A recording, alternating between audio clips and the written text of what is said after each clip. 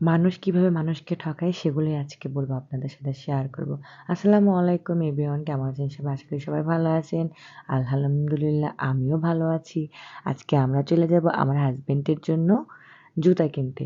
তাও আবার সেটাও আবার পুলিশের জুতা, বুঝছেন? তো অনেকদিন যাবৎ সে পুলিশের জুতা খুঁজতেছে, যে পাইতেছে না। তো ধানমন্ডি কার কাছ থেকে জানি শুনছে যে আম জিকাতলার পিছনে যেন কি একটা মার্কেট আছে, সেখানে অনেক আ চামড়ার অরিজিনাল চামড়ার জুতা পাওয়া যায়। সেখানে গেলে নাকি সে পুলিশের বুট বা শু যেটা বলেন সেটাই পাবে। তো সে চলে গেল একটা সিএনজি নিয়ে। তো সিএনজিতে আমরা শাহবাগ রমনার দিকে এত জ্যামে পড়ছিলাম যে জ্যামের কথা আর বলার মতো না। ঢাকা শহর জ্যাম মানে অসহ্য লাগে। যে রাস্তা ১০ মিনিট সেই রাস্তা লাইগা যায় ০.৫ ঘন্টা। আর আমার ওই প্যান্ট ২ টা হয়ে গেছিল, আর্টিসান থেকে আমাকে জানাইছিল। তো আর্টিসান দিয়ে চলে আসছিলাম। ওদিক দিয়ে সিএনজিটা নিয়ে আসছিলাম আর আর্টিসান থেকে ড্রেস ২ টা নিয়েছিলাম। মানে প্যান্ট ২ টা নিয়েছিলাম অ্যাকচুয়ালি। আর আমার ছেলেরা খুবই আমাকে জ্বালায় সিএনজির মধ্যে। আর জ্যামটা ছুটাইতে ফাইনালি আমার জামাই নাইমা গেল গাড়ির থেকে। নাইমা তারপরে সিগন্যালটা ছাড়াইছে। অনেকটা দূর হাইটা যেয়ে সে সিগন্যাল ছাড়াইছে। তারপর আমরা জুতার দোকানে চলে আসছি। এখানে আমার জামাই একটার পর একটা জুতা ট্রায়াল দিতেছে, বাট সবই হলো ডুপ্লিকেট, নকল। এখানে কোনো চামড়ার জুতা নাই। সব ভাওতাবাজি। মানুষ কিভাবে মানুষের সাথে এরকম ভাওতাবাজি করতে পারে? মানে পৃথিবী আর এখন কোনো সৎ নেই। সব অসৎ হয়ে গেছে। কোনো মানে সৎ নেই। এজন্য তো এত কিছু হয় পৃথিবীতে। মানে আমাদের বাংলাদেশটা একটু বেশিই হয় আরকি।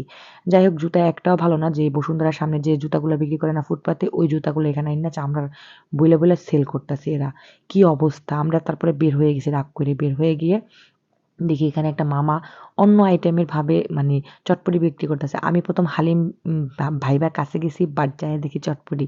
বাট এত টেস্টি লাগছিল যে চটপটিটা আমি ২ পাটি খাইছি। আমার এত মজা লাগছে। ওয়ান অফ দ্য বেস্ট একটা চটপটি। আমার অনেক মজা লাগছে। তারপরে কি মন খারাপ কইরা চলে আসলাম আমরা একটা রিক্সা ভাড়া কইরা। আমরা এখন চলে যাবো, মানে আমার জামাইকে বলতেছিলাম যে, "দেখো, মানুষ কিভাবে মানুষকে ঠকাইতে পারে?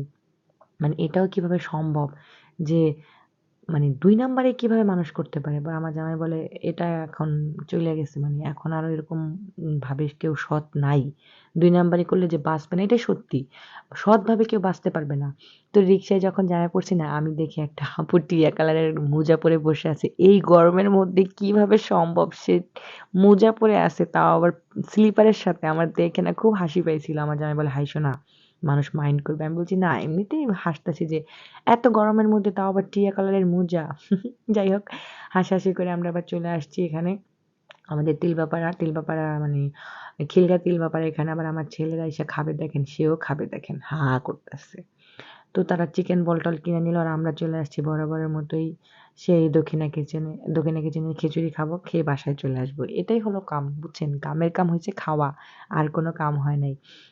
কি আর করব? মানে জুতা কিনতে যাই, জুতা কিনা। আমার জামাই আজকে ৬-৭ মাস যাবৎ তার পুলিশের জন্য বুট, জুতা খুঁজতে পাগল হয়ে গেছে।